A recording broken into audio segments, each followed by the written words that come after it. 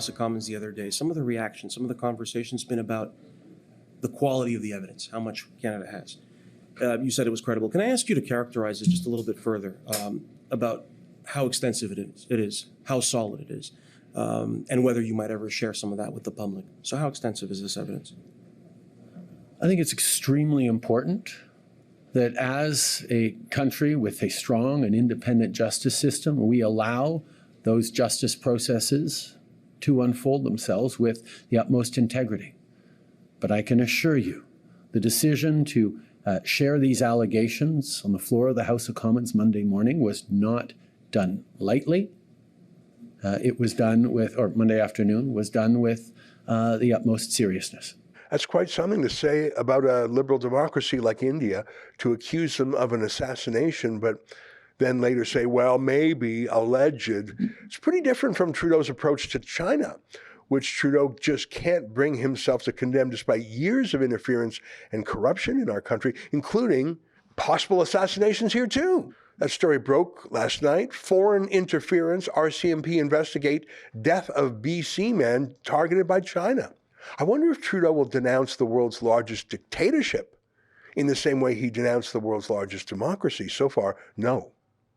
I don't know if either or both or neither of these two men were assassinated by foreign spies. It wouldn't surprise me if both were, because the world sees great weakness in Canada now. Not just in the country, but in Trudeau as the leader and the symbol of the country. He's a weak man, but he's also a corruptible man. So they know they can either push him around or, frankly, bribe him, carrot or stick. China seems to have done both. They've had a series of sketchy donations to Trudeau's family foundation and the Liberal Party itself. Let me put it another way. China, as you know, kidnapped and held hostage two Canadians, Michael Spavor and Michael Kovrig, held them for around 3 years, and Trudeau did nothing, literally nothing. In fact, you might recall the Canadian Armed Forces, this is a scoop I had, if you remember, the Canadian Armed Forces wanted to cut some of their ties with the People's Liberation Army of China. But Trudeau instructed them not to do so, for it could be seen as retaliation. Yeah, you think? So if you can literally kidnap two Canadian civilians and get no reaction from Canada, why on earth would China and India, or frankly any other country, not come to the conclusion that really, go ahead and do whatever you want in the streets of Canada, even kill people. Trudeau will do nothing at all other than maybe call you a homophobic, Islamophobic, transphobe, or whatever he does when he's really mad. Seriously, other than Ukraine and maybe Cuba, can you name a single country in the world which Canada has better relations with now than when Trudeau took over, a country that respects us more now? And by the way, the world is backing far away from Trudeau over all this. No one is siding with him. They've all decided that Trudeau is a lame duck. All hat and no cattle, as they'd say in Alberta. All socks, as they might say in Trudeau land. Trudeau is a nullity, an empty set. People are going to side with the largest counterweight to China. They're going to side with a large and growing economy and major power. They're going to side with India. And this was quite something. Do you remember this headline that Trudeau's plane had mechanical trouble, so it was stranded in India for an extra day or two after the recent G20 conference there? Here's Bill Blair, Trudeau's cabinet minister. Listen carefully to his first word. He's saying that he will not rule out sabotage by India. He's literally saying that he's considering the theory that the government of India tried to kill Trudeau, perhaps in the way the Air India flight was bombed. Sabotage has been ruled out in the technical issue in Canada's plane on its trip to India. I'm not going to comment on that. There are obviously ongoing concerns. I am also focused on replacing those planes because we've already made that step. But you're not commenting on if there's any potential sabotage that left the plane on that runway. I don't want to. I've got to run off to something, but I want to. I'm sorry. That's the nuttiest conspiracy theory I think I've ever heard from someone who wasn't in a mental institution. The only political leaders who like to be seen in public with Trudeau these days are failed leaders like those who met with him the other day in Montreal. Tony Blair, the disgraced former British PM. Sanna Marin, the disgraced former Finnish PM. Jacinda Ardern, the disgraced former New Zealand PM. Do you see a bit of a pattern here? They'll pose for pictures with Trudeau. You bet they were. Perhaps he'll join them soon as the disgraced former Canadian PM. We can only hope.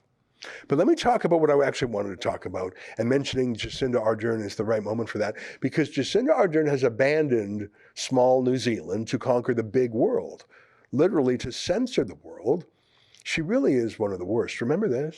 I've been watching for some days, and this is not unique to New Zealand, that in the midst of what is a global issue, as you would expect, there are a number of rumours that circulate. I am present on social media, or I see it myself. I cannot go around and individually dismiss every single rumour I see on social media, as tempted as I might be. So instead, I want to send a clear message to the New Zealand public. We will share with you the most up-to-date information daily. You can trust us as a source of that information. You can also trust the Director General of Health and the Ministry of Health. For that information, do feel free to visit at any time to clarify any rumour you may hear, covid19.govt.nz. Otherwise, dismiss anything else. We will continue to be your single source of truth. We will provide information frequently. We will share everything we can, everything else you see, a grain of salt. So I continue to share the message. New Zealanders must prepare. But do not panic, prepare. And when you see those messages, remember that unless you hear it from us, it is not the truth. And I really ask people, just visit covid19.govt.nz. It has all of the up-to-date information, and we will continue to provide everything you need to know. So she and Trudeau have a lot in common, don't they? And Ardern is on a global campaign for censorship right now. So perhaps it's not a coincidence that right after the meeting of failed left-wing globalists, the Liberals announced a new war on free speech. Look at this story in the National Post. Canada launches UN declaration pledging measures on online disinformation. Hey, does that include the conspiracy theory that India wants to blow up Trudeau's plane? Would that be covered by this new rule? Let me read the story. A new United Nations declaration launched Wednesday by Foreign Affairs Minister Melanie Joly says signatories will take steps to address online information. The 27 countries who have signed the document are promising to implement, quote, necessary and appropriate measures, including legislation, to address information integrity and platform governance. They will do so in a manner that, quote, complies with international human rights law, including freedom of opinion and expression, the document says. They're also promising to monitor and respond to the rise of generative artificial intelligence, such as ChatGPT, to identify the possible risks, impacts, harms, benefits, and opportunities to the information ecosystem online. Canada and the Netherlands began working on the initiative a year ago and launched the resulting Global Declaration on Information Integrity Online at the United Nations Wednesday. Signatories include Canada, the United States, the United Kingdom, Germany, Australia, Japan, and South Korea, among others. It really is a terrible time for freedom around the world, isn't it? Joe Biden is just, I don't know, is he an Obama puppet? I think he is. If not Obama himself, then certainly Obama's staff. I don't think anyone in the world thinks that Biden himself is in charge. The United Kingdom is run by a World Economic Forum robot named Rishi Sunak. The Netherlands, who co-authored this thing, is run by an atrocious World Economic Forum grad named Mark Rutte. Seriously, are any world leaders not part of that conspiracy? Not a conspiracy theory, just an actual conspiracy. But what we are very proud of now, the young generation, like Prime Minister Trudeau, President of Argentina, and so on, that we penetrate the cabinets. So yesterday I was at a reception for Prime Minister Trudeau, and I know that half of this cabinet, or even more, half of this cabinet, are actually young global leaders of the World Economic Forum. Let me read a little more. In a speech, Joly said the past year has seen illiberal regimes such as Russia continue to wage information warfare and pollute the information environment. Now, I'm sure that Russia does wage info wars. They wage real wars too. So I think every government wages info wars. When you do it, you call it communications. When someone else does it, you call it pollute the information environment. But it's all the same thing, isn't it? It's government propaganda. And it's up to each of us as citizens, as individuals, to decode and decide what we believe or don't believe. Do you believe everything Trudeau says? What Melanie Joly and Jacinda Ardern and Justin Trudeau want is for you to let them decide for you. Literally in court yesterday, I was there. Justin Trudeau's lawyers said that unregulated speech is a threat to fair elections. They said that in court, and terrifying, the judge didn't even bat an eye. Here's more from Joly. This change is all happening at a speed and scale we've never seen before. We can't afford to wait before acting, Joly said, according to a copy of her remarks.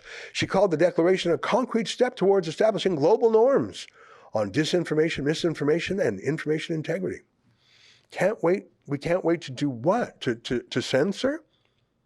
Global norms for misinformation, as in we're going to meet with foreign powers and determine what we can say here in Canada, and we're going to take advice from other countries about what censorship is fine here.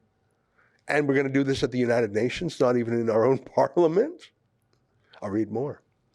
The declaration defines information integrity as a system that ensures people can access accurate information and be exposed to a variety of ideas. Really? Who decides what's accurate or not? A variety of ideas? Really? Like on COVID, or vaccines, or global warming, or firearms, or Ukraine, or LGBT issues? A variety of ideas, really? Or more like the whole variety, the whole spectrum of ideas from A to B.